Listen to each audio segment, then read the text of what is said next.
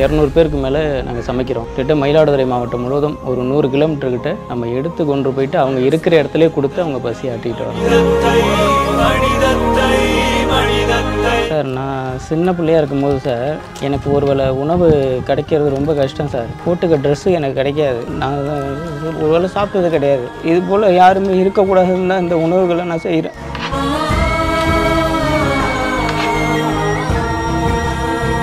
எதுக்கு அதை வீடியோ எடுத்து போடணும் அப்படின்னு கேட்பாங்க இல்லையா? முழுமையாக எல்லாருக்கும் தெரியணும் சார். வீடியோ தெரியாமல் எந்த விஷயமும் நடக்காது. ஒரு மனநலம் பாதிக்கப்பட்டவங்களை நான் ஒரு இடத்துல ஒரு முடி வெட்டி குளிப்பாட்டி அவங்கள ரெடி பண்ணி ஒரு வீடியோ போடுறேன். அடுத்த மாவட்டத்துலேருந்து எனக்கு கால் வருது. இதுவே அந்த வீடியோ நான் போடலன்னா எனக்கு கால் வராது சார். அந்த இடத்துல போய் அவரை நான் மீட்க முடியாது, அவருக்கு நல்லது கிட்ட செய்ய முடியாது.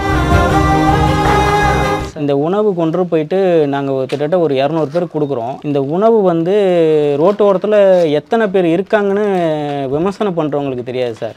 எனக்கு மட்டும் தான் தெரியும். அதே போல் உதவி பண்ணுறவங்க இன்றைக்கி இந்த உணவை கொண்டு போய் நீ என்னுடைய பிறந்த நாளை கொண்டு போய் நீ கொடு அப்படின்னு சொல்லி ஒரு விஷயத்தை பண்ணுறாங்களா சார். அதுக்கு அந்த வீடியோ தேவைப்படுது சார். அந்த உணவு ஒரு உணவுக்காக அந்த உயிர் அங்கே இருக்குல்ல சார், அந்த உயிருக்காக அந்த உணவு போகுது. அதுக்கு இந்த வீடியோ தேவைப்படுது. ஒருவேளை உணவு உங்களுக்கு எவ்வளோ முக்கியமாக இருந்தது சார்? நான் சின்ன பிள்ளையாக இருக்கும்போது சார் எனக்கு ஒரு வேளை உணவு கிடைக்கிறது ரொம்ப கஷ்டம் சார். போட்டுக்க ட்ரெஸ்ஸு எனக்கு கிடைக்காது. நான் ஒரு வேளை சாப்பிட்டது கிடையாது. நிம்மதியாக சாப்பிட்டது, நான் சின்ன பிள்ளை நிம்மதியாக சாப்பிட்டது கிடையாது. நாங்கள் ஒரு ட்ரெஸ்ஸு எங்களால் போட்டது கிடையாது. இது போல் யாருமே இருக்கக்கூடாதுன்னு தான் இந்த உணவுகளை நான் செய்கிறேன். சத்தியமே சார், எனக்கு வேறு எதுவும் தேவையில்லை இந்த உலகத்தில். இதெல்லாம் மக்களுக்கு போய் சேர்ந்தால் போதும். எனக்கு பேர் வேணாம், புகழ் வேணாம், நல்லது போட்டு செய்யணும் சார். என்னால் நிறைய பேர் நல்லா இருக்கணும். அதுக்கும் நான் இந்த துண்டு இதுக்கு தான் சார் ஆரம்பிச்சு. மக்கள் நல்லா இருந்தால் போதும் சார். எங்களுக்கு எதுவுமே வேணாம் சார். நாங்கள் இந்த குடிசை வீட்டிலே வாழ்ந்தால் போதும். அப்படி நிறைய விஷயத்த நான் அவமானங்கள்லாம் கடந்துருக்கேன் சார். எவ்வளோதான் பிரச்சனைகள், அவமானங்கள் அதெல்லாம் கடந்த பிறகு தான் சார் இந்த இந்த இந்த ஒரு விஷயத்தை உருவாக்கியிருக்கு.